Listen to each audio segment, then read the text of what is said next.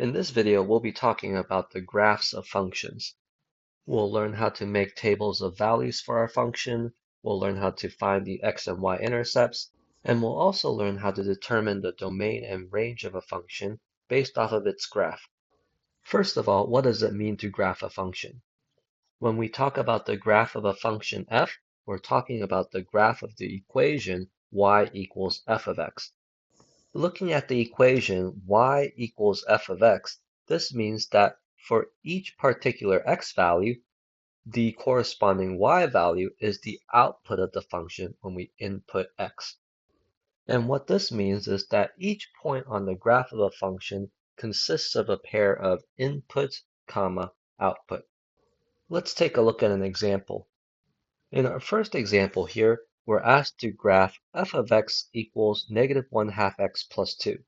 So we're working with a function whose name is f, where for any input x, the corresponding output is negative 1/2 x plus 2. To graph this function, we're graphing the equation y equals f of x, the output of the function when we input x. So in this particular example, we're graphing y equals negative 1/2 x plus 2.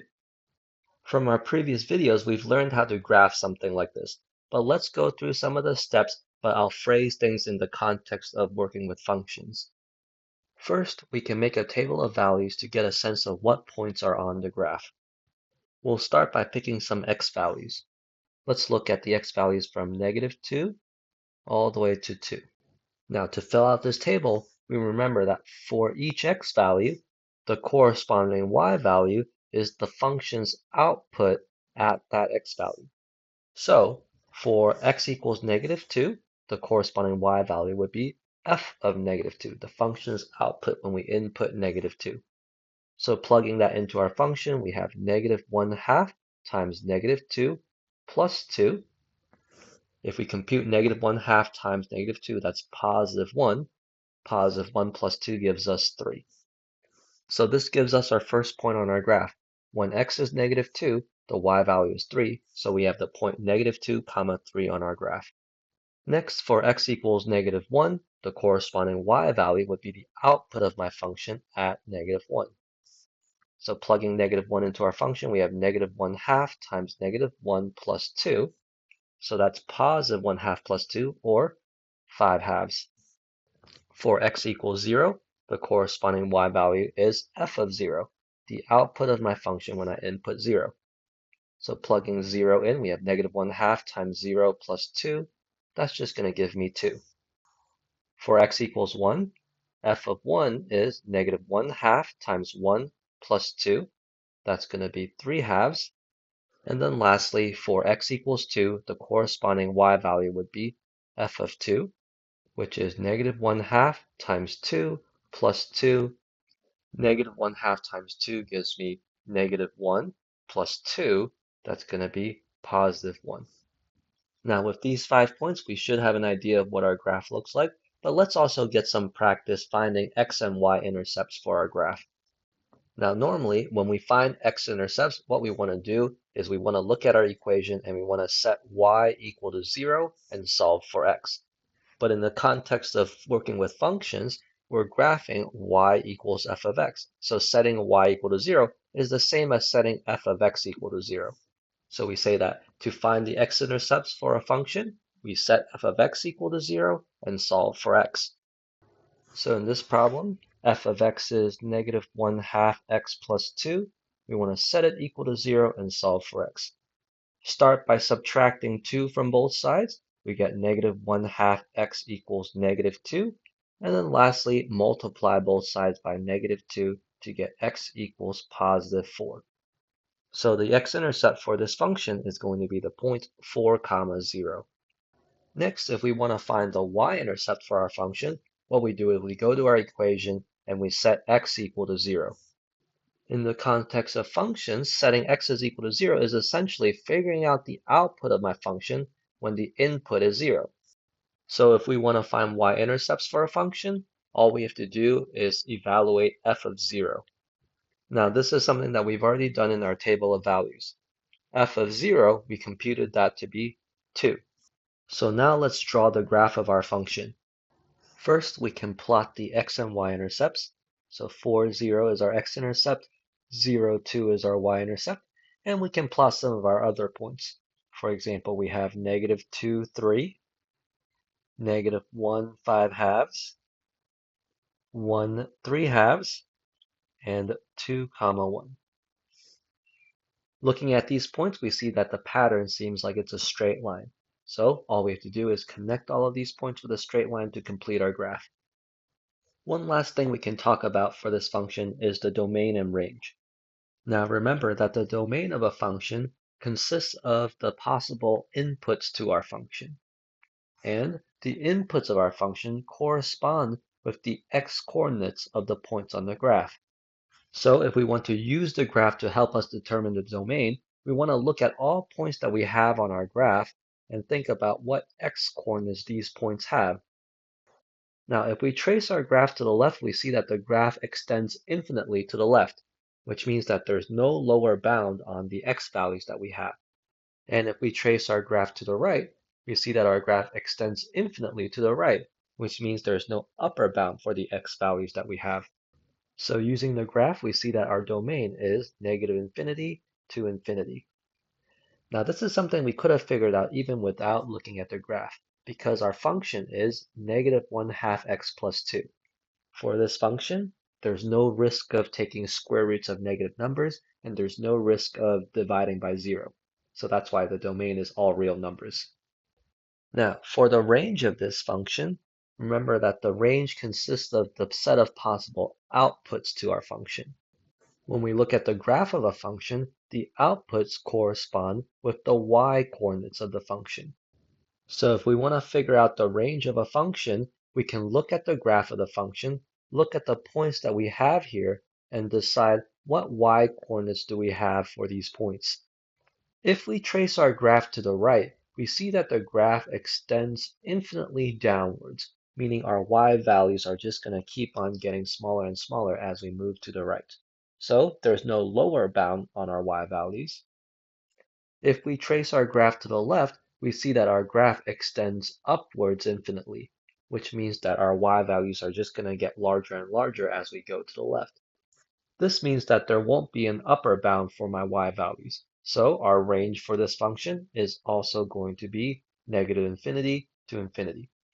So to recap, if you want to figure out the domain of the function, you want to look at the points and see what x-coordinates you have for your points.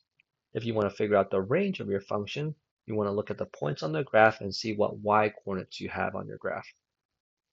Let's try to draw the graph of another function. In this example, we want to graph the function f of x equals x squared plus 2x minus 3. Remember, when we're graphing a function, we're graphing y equals f of x. So in this problem, we're graphing y equals x squared plus 2x minus 3. Now to graph this function, what we can do is we can start by finding the x and y intercepts, and then we can supplement with additional points by making a table of values. Remember that if we want to find the x-intercepts, we want to set f of x equal to 0 and solve for x. This is equivalent to setting y equal to 0 in our equation and solving for x. So we're looking at x squared plus 2x minus 3 equals 0. And if I want to solve this equation, what I need to do is factor that polynomial on the left-hand side. We need to come up with two numbers that multiply to -3 and add up to +2. So two numbers that do that would be +3 and -1. So our polynomial factor is as x plus 3 times x minus 1, and this is equal to 0. Now, if we have a product of two things and it equals 0, that tells me that either the first factor equals 0 or the second factor equals 0. So we can split this equation up into two parts. We have x plus 3 equals 0 and x minus 1 equals 0. On the left here, subtract 3 from both sides, we get x equals -3. On the right, add 1 to both sides, we get x equals +1.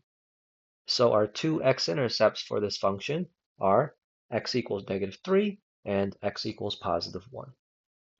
Next, if we want to find the y-intercepts for our function, we just want to evaluate f of 0. That's going to be equivalent to plugging in x equals 0 in our equation. So for our function, f of 0 would be 0 squared plus 2 times 0 minus 3. Evaluating this, we get -3, so that's our y-intercept. Let's start by plotting these intercepts on the xy plane. So our two x-intercepts are at -3 and at +1, and our y-intercept is at -3. Just having these 3 points here isn't enough for me to draw the picture of the graph. We're going to supplement this with some additional points by making a table of values. We'll try to figure out what's the point that we'll have at x equals -1 and at x equals -2. So making a table of values, we're going to put down the x values -1 and -2.